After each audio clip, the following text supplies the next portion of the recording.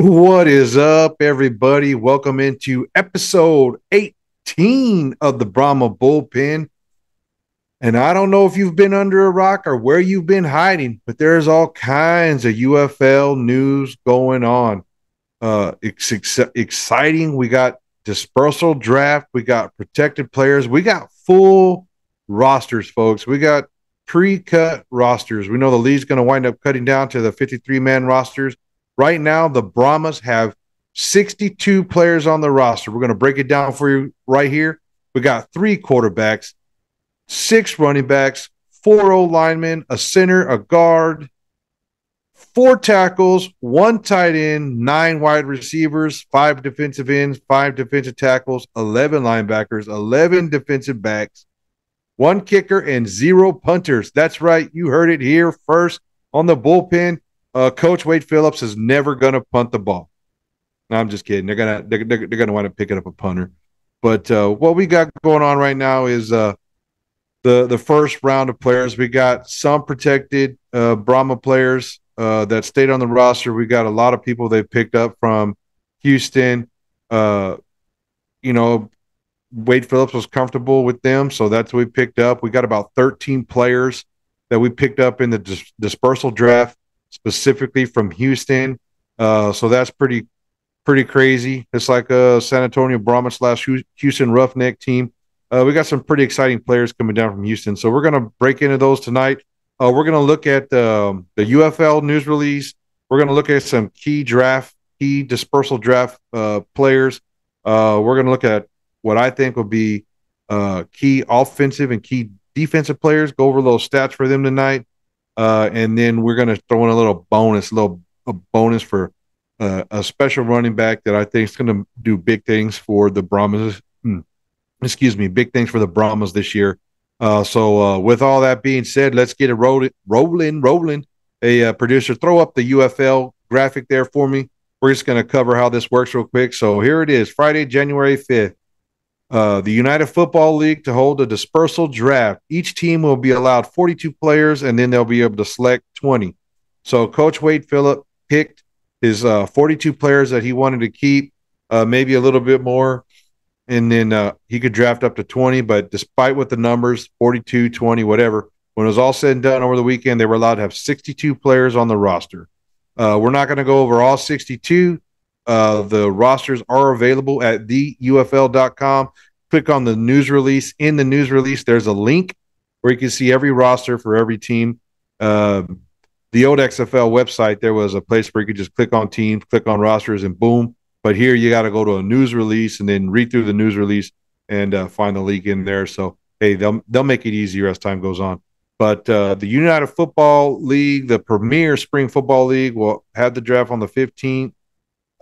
Players that were not selected over the weekend and on Friday will be able to enter in another round of draft on January 15th.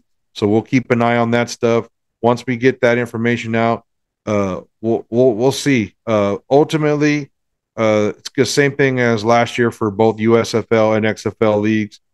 53-man roster going into the league. I think there's a rumor out there that the UFL is going to allow for 1 extra quarterback that's like a non-dress quarterback that can participate in all the practices, not just for the games and be around. So we'll see if that winds up being true. But with that being said, let's look at some of our let's look at what we consider some of the most impactful dispersal draft players. Got the graphic thrown up right there. Just so everybody knows, I'm trying to get into this graphic world as part of the United Football Media. We got a couple of these expert graphic guys. So out here in the cow pasture, we're just trying to keep up. So if my graphics look bad, hey man, whatever. It's literally one of the first graphics I ever made on my own. So I'm trying to leave the cow pasture and become a graphic design podcaster. So y'all stick with me. Maybe over the years they'll get better. But here we go. Most impactful dispersal draft players. Not to toot my own horn, but if you follow me on Twitter, you saw before the dispersal draft, I put out a tweet, got a lot of action. I said, it's not a sexy pick, but what we need is help on the O-line. I saw that the all XFL starting center Alex Mollett was available out of Houston. I I personally called Coach Phillips and said, "Hey man, can we get some O-line help? Get Alex over here." That's not true, but it'd be cool if it did. Maybe he did see my tweet. I don't know. But so we got Alex Mollett going to make an impact there on the O-line. Then we did get the best tight end from the XFL last year. I think we have the best tight end in the UFL with the addition of Cody Latimer. Some people might classify him as a wide receiver. Meh, maybe not. Uh, but he's a big guy. He could definitely go across the middle. He's classified as a tight end. We're gonna be playing that spread offense. So, hey man, we're gonna be playing tight ends as wide receivers and flex them out. And then we got Devontae Beckett, linebacker out of Houston, another one of those Houston players. We'll go over some of those stats later for him. And then Jordan Mosley, a defensive back out of Houston, I think is going to be an impactful dispersal draft player for us. And then we got Bryson Aline, also out of Houston. You can see the trend there. And then Wyatt Ray out of Houston, defensive end. So these who I would consider to be our most impactful dispersal draft players. So keep an eye on them throughout the year. We're going to get into some of their stats when we get into the key offensive players and key defensive players. We'll go ahead and pull those graphics up right now. Let's get into what I would consider to be the most valuable players for our offense and defense this coming season. Obviously, this is based upon stats from last year, projected stats this year, and just my own personal opinion. I don't even know if all these players will even make the roster, but it's highly likely that each one of them makes the roster. So let's start with the offense. First, let's start off with Jack Cohn. I know everybody has issues with Jack. It's, the times that he had protection last year, he did great. 62.2% completion rating is nothing to scoff at. He had 6 touchdowns and 1,471 yards passing in the league. He's going into the spread offense. You're going to see much, much more passing yards. You're going to see a higher rate of pass attempts than what you would have saw in Hines Ward. Last year, Hines Ward ran more of a pro style. Run the ball to throw the ball was kind of the whole setup from day one. This is going to be a spread them out and throw it. Now, there's a couple other quarterbacks. We got 3 quarterbacks on the roster. We got Kurt Benkert and McKay. Kurt Benkert has been very vocal, stating that he's retired from the game of football. He's got that sweet sleeper deal going right now where he's doing like sleeper streams and stuff and doing pick'ems for the NFL. I doubt Benkert comes back. We'll see what's up with McKay. We had TJ Edwards, which was the MVP for the Indoor Football League, but he did not make the 62-man roster, maybe in the draft later. So right now, logic would tell you Jack Cohn is going to be the starting quarterback. I will remind some of our Brahma Bullpen members that at the start of the season last year, there was some debate on who was going to be the starting quarterback, and we had a jalapeno bet. Someone had to eat a jalapeno, and I didn't because I picked Jack Cohn last year. I think he's going to get the shot this year. I foresee Jack Cohn being our day one starter, and the job's going to be his to lose in this spread offense. So let's go, Jack. The next player we're going to look at is Kellen Balaj.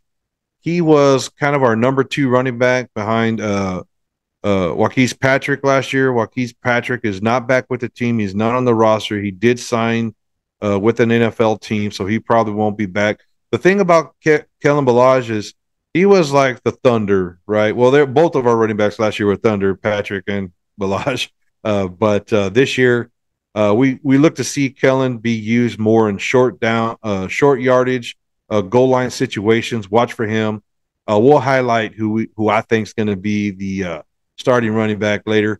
We got some special highlights there. Our speed back, lightning back is what I think we're going to be. And then we got Cody Latimer. He was 3rd in receptions for the entire league last year in the XFL. Obviously, he was the number 1 tight end, 3rd overall. He had 593 yards receiving, and he averaged 11.9 yards per catch. He had 4 touchdowns. Last year, we had Elise Mack, was our primary tight end. He had some injury issues, didn't play every game, but then did well enough to get himself a roster spot with an NFL team, practice squad as well. So he won't be back. He is not on the roster. Yeah, man, Cody Latimer is going to be the man, like going across the middle. He probably won't be a traditional tight end. He might be close to the O lineman, but he'll definitely won't be covered up very much, if you know what I'm saying. And he'll probably be acting like a big slot receiver. That's big slot. Yeah, maybe that's a new term. We'll make a big slot. Then we got T.J. Vasher. T.J. Vasher was on the team last year. He didn't put up very many impressive stats, but he's a speedy guy, got good hands, lengthy guy. And what we need from him is to see just some improvement from last year. I think if he could take a step forward, become that primary guy for us, or at least a number 2 wideout for us, I think it'll be great. But he's one of the players that I see as needing to take that next step and can be one of those offensive MVPs for us. And last but not least, we already kind of talked about Alex Mollett at center. He's going to be making the calls and being the anchor on the O-line. He was all-team XFL last year. He was the number 1 center in the league last year. We want him to be the number 1 center in the league again this year for the UFL, but for the Brahmas this time. Let's go, Alex. We're pulling for you, buddy. We need that O-line help, please, sir. All right.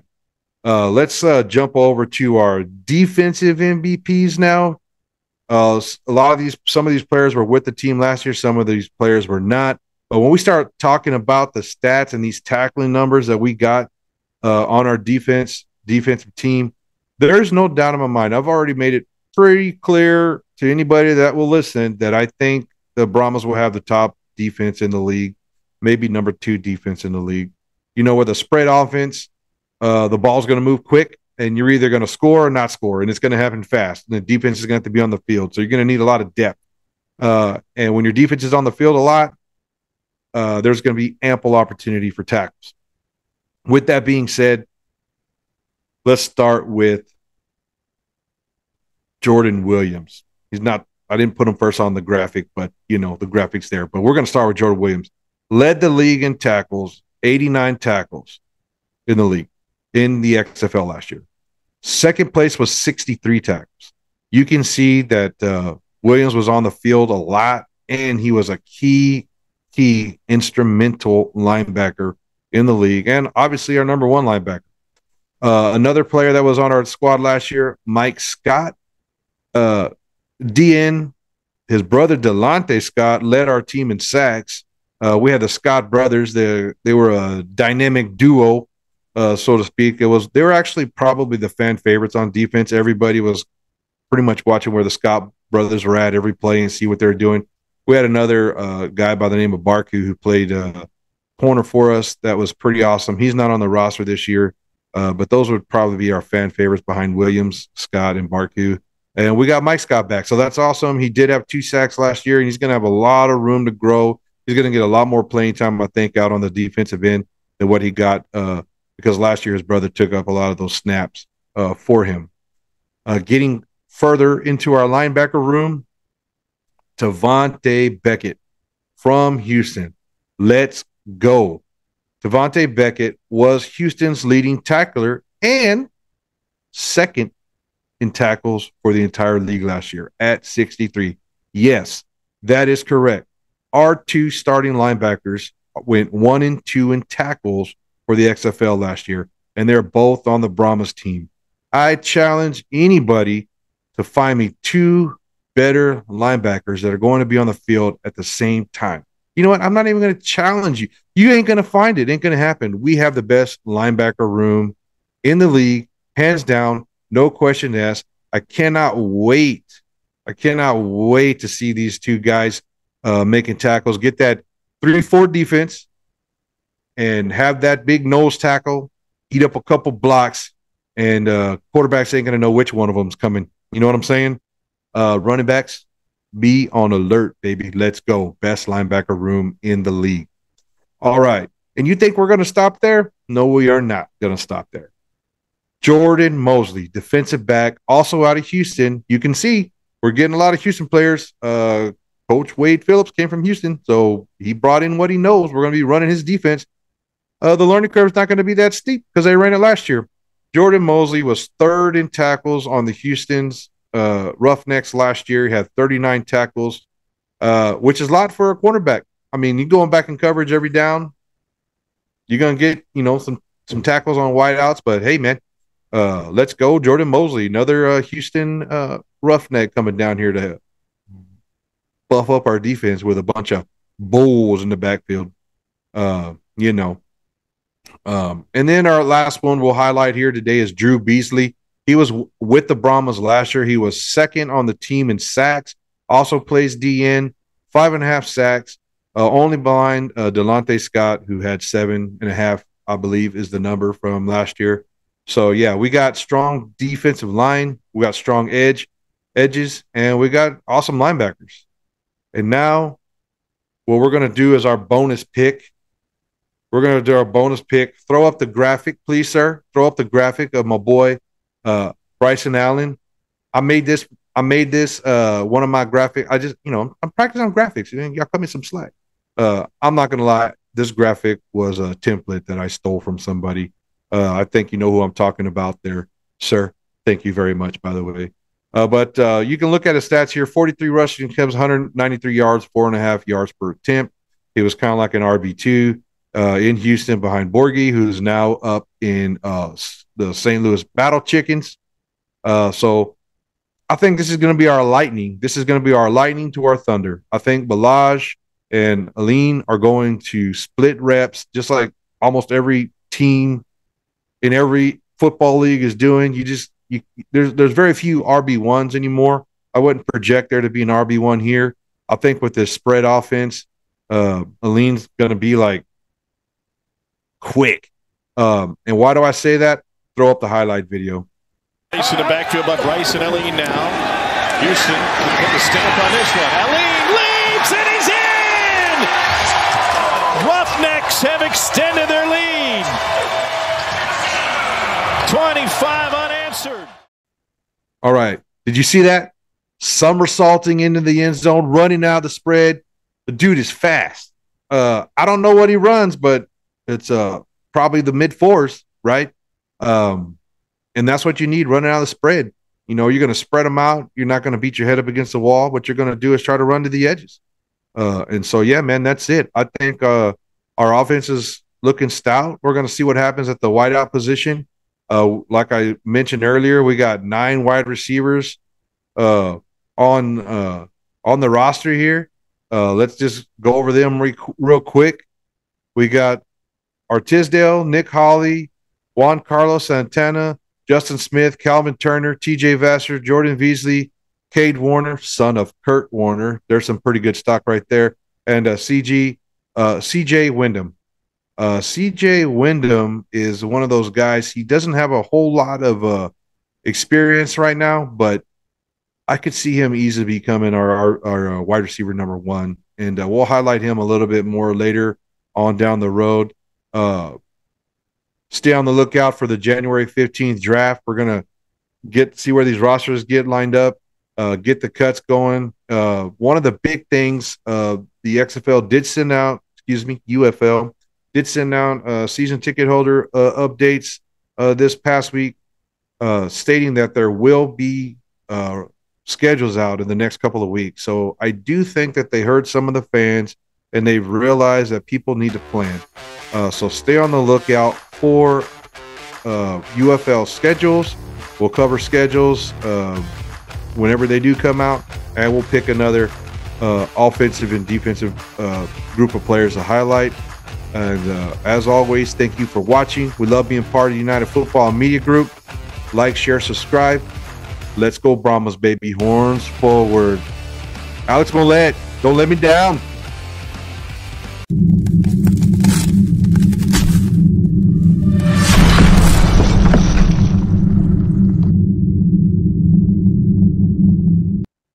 Key offensive, what I would consider offensive MVPs for San Antonio Brahmas. So here we go. We got Mike This is your fault, Dustin. You're going to have to edit this out because you won't leave me alone.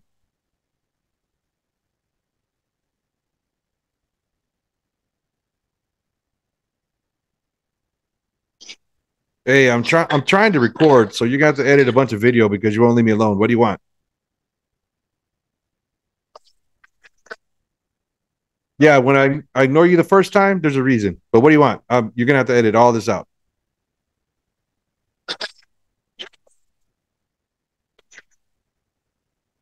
Backed up my phone to where it was Sunday, the last time it did a full backup. So the stuff you saying, you'll just have to resend it. Okay. That's all. Okay. Do I need your permission? Okay. Don't be so needy. Don't be so needy. I'll call you back when I'm ready. I don't know. I got a whole bunch of messages, like stuff from you. I tried to. Well, that's what it was. I ignored your message and I ignored your phone call, and then my phone sent me another alert. So here we are. Are you done?